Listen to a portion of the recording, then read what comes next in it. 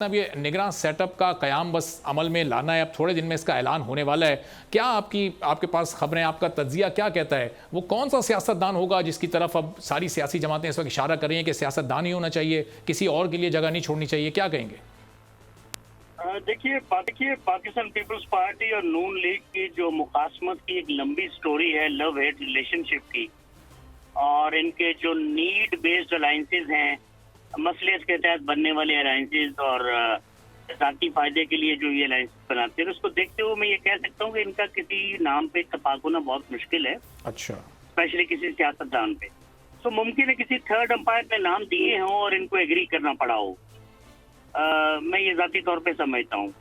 تو لیکن جس طرح یہ حکومت کو کہہ رہے ہیں کہ اگلے مہینے چلی جائے گی، جو مجھے لگتا ہے کہ اب چلی جائے گی، تو پھر اس کا مطلب ہے الیکشنز بھی اکتوبر یا نومبر میں ہونے جا رہے ہیں. کیونکہ اور بھی دائیں بائیں آپ چیزیں دیکھیں، تحریک استحکام پارٹی کا آنا، اور پھر اب پرویز خٹک صاحب کا خیبر پختونخوا میں ایک علیحدہ ونگ بنانا، علیحدہ پارٹی بنانا، اس سے لگتا ہے کہ الیکشن کی طرف ہم جا تو رہے ہیں. سو اگر تو اکتوبر نومبر میں الیکشن ہوتے ہیں تو اس کا مطلب ہے پھر کیئر ٹیکر سیٹ اپ کے جو ہے قیام وہ کو بہت زیادہ ریلیونٹ نہیں ہوگا. پھر تو یہ کہ 60-90 دن میں الیکشن ہو جائیں گے. پہلے یہ اس لیے بہت زیادہ امپورٹنس اختیار کر گئی تھی چیز، کیونکہ ہمارا خیال تھا کہ کیئر ٹیکر سیٹ اپ جو ہے وہ آئے گا اور کافی لمبے عرصے کے لیے رہے گا.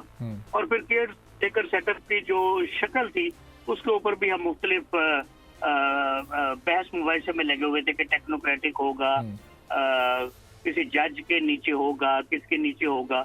تو اب محسوس یہ ہوتا ہے کہ اگر تو نام کسی تھرڈ امپائر نے دیے ہیں تو پھر ان کو ایگری ہونا پڑے گا، اور شاید ہو بھی گئے ہوں. تو صابر صاحب آپ یہ کہہ رہے ہیں کہ چونکہ بہت تھوڑے ٹائم کے لیے آئے گا ایک کیئر ٹیکر سیٹ اپ، تو وہ ارریلیونٹ ہو جائے گا، لیکن اس کی ریلیونسی اس لحاظ سے زیادہ نہیں ہو جائے گی کہ اتنے چھوٹے مختصر عرصے میں ایسے انتخابات جو کہ سب مانے؟ آج ایم کیو ایم نے بھی کہا کہ انتخابات ایسے ہونے چاہیے جو سب کے لیے قابل قبول ہوں. تو یہ تو بڑی بھاری ذمہ داری ہوگی پھر نگراں سیٹ اپ پر.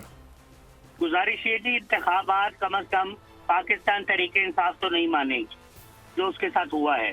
اسی طرح پچھلے انتخابات اور اس سے پچھلے انتخابات اگر آپ پوری ہسٹری دیکھیں، کبھی مسلم لیگ نون نے نہیں مانے، کبھی زرداری صاحب نے کہا کہ یہ تو آر اس کا الیکشن ہے ریٹرننگ آفیسرز کا. تو پاکستان تحریک انصاف تو نہیں مانے گی. وہ تو کہے گی کہ الیکشن میں دھاندلی ہوئی، اور یہ وہ کہیں گے جی ہمارے لوگ توڑے گئے، ڈرایا گیا، دھمکایا گیا. تو یہ پری پول ریگنگ بھی ہوئی، پھر بیلٹ باکس ریگنگ بھی ہوئی.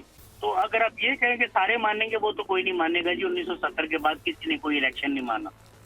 تو یہ اس بات پہ تو میں ذاتی طور پہ بالکل کنونس ہوں کہ اس طرح کا الیکشن تو کوئی نہیں ماننے گا. ہاں، عمران خان کو الیکشن لڑنے کی اجازت دی جائے، ان 60 یا 90 دنوں میں ان کو گرفتار کر کے ان کا ٹرائل نہ کیا جائے یا ڈسکوالیفائی نہ کیا جائے، تو چلیے اتنا نقصان ہونا تھا ہو گیا پاکستان تحریک انصاف کا. آئندہ اگر کسی پارٹی ورکر کو نہیں ڈرایا دھمکایا جاتا اور الیکشن لڑنے کی اجازت دی جاتی اور 70% بھی فیئر ہو جاتے ہیں، تو میرا خیال ہے کہ بہت انٹرسٹنگ سچویشن ہوگی. اور پاکستان تحریک انصاف ایک فارمیڈیبل نام ہے، ہم اس کو اس طرح رول آؤٹ نہیں کر سکتے. ملک مستحکم معیشت کی طرف گامزن، اسٹاک ایکسچینج بھی مثبت رخ دکھانے لگا. معیشت کی صورتحال بہتری کی طرف جا رہی ہے.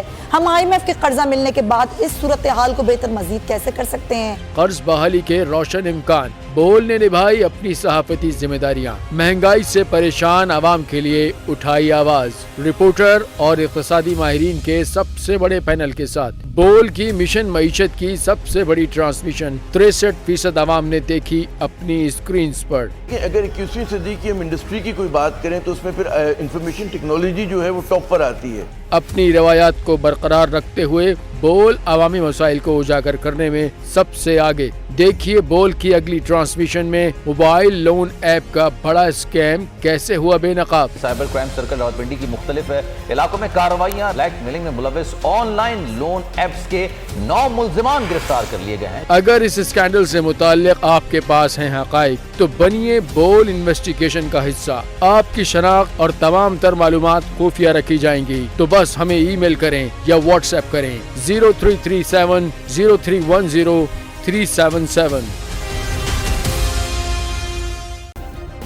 سبسکرائب کریں اور بیل دبائیں تاکہ کوئی خبر رہ نہ جائے.